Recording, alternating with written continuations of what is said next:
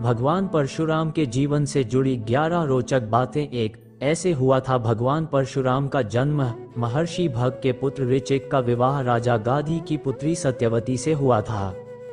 विवाह के बाद सत्यवती ने अपने ससुर महर्षि भृगु से अपने व अपनी माता के लिए पुत्र की याचना की। तब महर्षि भृगु ने सत्यवती को 2 फल दिए और कहा कि ऋतु स्नान के बाद तुम गूल के वृक्ष का तथा तुम्हारी माता पीपल के वृक्ष का आलिंगन करने के बाद ये फल खा लेना। लेनी सत्यवती व उनकी मां ने भूलवश इस काम में गलती कर दी। ये बात महर्षि भृगु को पता चल गई। तब उन्होंने सत्यवती से कहा कि तूने गलत वृक्ष का आलिंगन किया है, इसलिए तेरा पुत्र ब्राह्मण होने पर भी क्षत्रिय गुणों वाला रहेगा और तेरी माता का पुत्र क्षत्रिय होने पर भी ब्राह्मणों की तरह आचरण करेगा। तब सत्यवती ने महर्षि भृगु से प्रार्थना की कि मेरा पुत्र क्षत्रिय गुणों वाला न हो भले ही, परंतु मेरा पौत्र ऐसा हो। महर्षि भृगु ने कहा कि ऐसा ही होगा। कुछ समय बाद ऋषि जमदग्नि ने सत्यवती के गर्भ से जन्म लिया। इनका आचरण ऋषियों के समान ही था। इनका विवाह देवी रेणुका से हुआ। ऋषि जमदग्नि के 4 पुत्र हुए, उनमें से परशुराम सबसे छोटे थे। इस प्रकार एक भूल के कारण भगवान परशुराम का स्वभाव क्षत्रियों के समान था। 2 परशुराम जी के भाइयों के नाम ऋषि जमदग्नि और देवी रेणुका के 4 पुत्र थे, जिनमें से परशुराम सबसे छोटे थे। भगवान परशुराम के 3 बड़े भाई थे, जिनके नाम रुक्मवान, सुषेणवसु और विश्वावसु था। 3 क्यों काटा अपनी माता का सर। एक बार परशुराम की माता रेणुका स्नान करके आश्रम लौट रही थी। तब संयोग से राजा चित्ररथ भी वहां जल विहार कर रहे थे। राजा को देखकर रेणुका के मन में विकार उत्पन्न हो गया। उसी अवस्था में वह आश्रम पहुंच गई। ऋषि जमदग्नि ने रेणुका को देखकर उसके मन की बात जान ली और अपने पुत्रों से माता का वध करने को कहा, परंतु मोहवश किसी ने अपने पिता की आज्ञा का पालन नहीं किया। तब ऋषि जमदग्नि ने परशुराम से अपनी माता का सर काटने के लिए कहा। परशुराम ने बिना सोचे समझे अपने फरसे से अपनी माता का सिर काट डाला। ये देखकर ऋषि जमदग्नि प्रसन्न हुए और उन्होंने परशुराम से वरदान मांगने को कहा। तब परशुराम ने अपनी माता को पुनर्जीवित करने और उन्हें इस बात का ज्ञान न रहे ये वरदान मांगा। इस वरदान के फलस्वरूप उनकी माता पुनर्जीवित हो गई। 4 क्यों किया कार्तवीर्य अर्जुन का वध। एक बार महिष्मती देश का राजा कार्तवीर्य अर्जुन युद्ध जीतकर ऋषि जमदग्नि के आश्रम से निकला। तब वो थोड़ा आराम करने के लिए आश्रम में ही रुक गया। उसने देखा कामधेनु ने बड़ी ही सहजता से पूरी सेना के लिए भोजन की व्यवस्था कर दी, तो वह कामधेनु के बछड़े को अपने साथ बलपूर्वक ले गया। जब ये बात परशुराम को पता चली तो उन्होंने कार्तवीर्य अर्जुन की 1000 भुजाएं काट दी और उसका वध कर दिया। 5 इसलिए किया था क्षत्रियों का संहार। कार्तवीर्य अर्जुन के वध का बदला उसके पुत्रों ने ऋषि जमदग्नि का वध करके लिया। क्षत्रियों का ये नीच कर्म देखकर भगवान परशुराम बहुत क्रोधित हुए और उन्होंने कार्तवीर्य अर्जुन के सभी पुत्रों का वध कर दिया। जिन जिन क्षत्रिय राजाओं ने उनका साथ दिया, परशुराम ने उनका भी वध कर दिया। इस प्रकार भगवान परशुराम ने 21 बार धरती को क्षत्रिय विहीन कर दिया। 6 ब्राह्मणों को दान कर दी संपूर्ण संपत्ति। महाभारत के अनुसार परशुराम का ये क्रोध देखकर महर्षि ऋचिक ने साक्षात प्रकट होकर उन्हें इस घोर कर्म से रोका।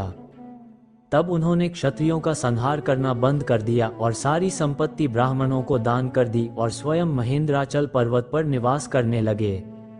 7 परशुराम ने कर्ण को दिया श्राप। महाभारत के अनुसार परशुराम भगवान विष्णु के ही अंशावतार थे।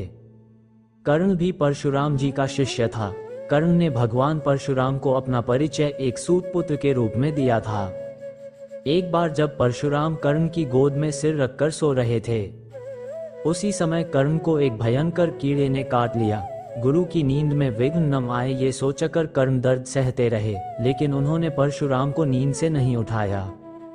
नींद से उठने पर जब परशुराम ने ये देखा तो वे समझ गए कि कर्ण सूतपुत्र नहीं बल्कि एक क्षत्रिय है।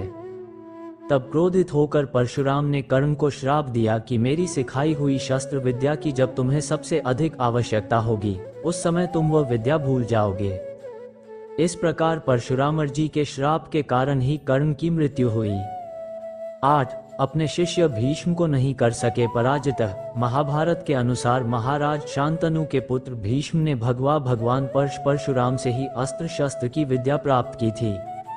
एक बार भीष्म काशी में हो रहे स्वयंवर से काशीराज की पुत्रियां अंबा, अंबिका और अंबालिका को अपने छोटे भाई विचित्रवीर्य के लिए उठा लाए थे। तब अंबा ने भीष्म को बताया कि वह मन ही मन किसी और का अपना पति मान चुकी है। तब भीष्म ने उसे ससम्मान छोड़ दिया, लेकिन हरण कर लिए जाने पर उसने अंबा को अस्वीकार कर दिया। तब अंबा भीष्म के गुरु परशुराम के पास पहुंची और उन्हें अपनी व्यथा सुनाए। अंबा की बात सुनकर भगवान परशुराम ने भीष्म को उससे विवाह करने के लिए कहा, लेकिन ब्रह्मचारी होने के कारण भीष्म ने ऐसा करने से इनकार कर दिया। तब परशुराम और इनकार भीष्म में भीषण युद्ध हुआ और अंत में अपने पितरों की बात मानकर भगवान परशुराम ने अपने अस्त्र रख दिए। इस प्रकार इस युद्ध में न किसी की हार हुई और न किसी की जीत। 9. श्री कृष्ण के प्रस्ताव का किया समर्थन। महाभारत के युद्ध से पहले जब भगवान श्री कृष्ण संधि का प्रस्ताव लेकर धृतराष्ट्र के पास गए थे, उस समय श्री कृष्ण की बात सुनने के लिए भगवान परशुराम भी उस सभा में उपस्थित थे। परशुराम ने भी धृतराष्ट्र को श्री कृष्ण की बात मान लेने के लिए कहा था। 10. फरसे से काट दिया था गणेश जी का एक दांत। ब्रह्मवैवर्त पुराण के अनुसार एक बार परशुराम जब भगवान शिव के दर्शन करने कैलाश पहुंचे तो भगवान शिव ध्यान में लीन थे। तब गणेश जी ने परशुराम जी को भगवान शिव से मिलने नहीं दिया। इस बात से क्रोधित होकर परशुराम जी ने फरसे से गणेश जी पर वार कर दिया। वह फरसा स्वयं भगवान शिव ने परशुराम को दिया था। इसलिए गणेश जी उस फरसे का वार खाली नहीं होने देना चाहते थे। इसलिए उन्होंने उस फरसे का वार अपने दांत पर झेल लिया, जिसके कारण उनका एक दांत टूट गया। तभी से उन्हें एक दांत भी कहा जाता है। 11. राम से कैसे बने परशुराम। बाल्यावस्था में परशुराम के माता पिता इन्हें राम कहकर पुकारते थे। जब राम कुछ बड़े हुए तो उन्होंने अपने पिता से वेदों का ज्ञान प्राप्त किया और अपने पिता के सामने धनुर्विद्या सीखने की इच्छा प्रकट की। ऋषि जमदग्नि ने उन्हें हिमालय पर जाकर भगवान शिव को प्रसन्न करने के लिए कहा। पिताजी की आज्ञा मानकर राम ने ऐसा ही किया। उस बीच असुरों से त्रस्त देवता शिव जी के पास पहुंचे और असुरों से मुक्ति दिलाने का निवेदन किया। तब शिव जी ने तपस्या कर रहे राम को असुरों का नाश करने के लिए कहा। राम ने बिना किसी अस्त्र की सहायता से ही असुरों का नाश कर दिया। राम के इस पराक्रम भगवान शिव ने उन्हें अनेक को देखकर अस्त्र शस्त्र प्रदान किए। इन्हीं में से एक फरसा भी था। यह अस्त्र राम को बहुत प्रिय था। इसे प्राप्त करते ही राम का नाम परशुराम हो गया। वीडियो अगर पसंद आया होती वीडियो को लाइक और चैनल को सब्सक्राइब करें और अपने दोस्तों के साथ शेयर करें। धन्यवाद।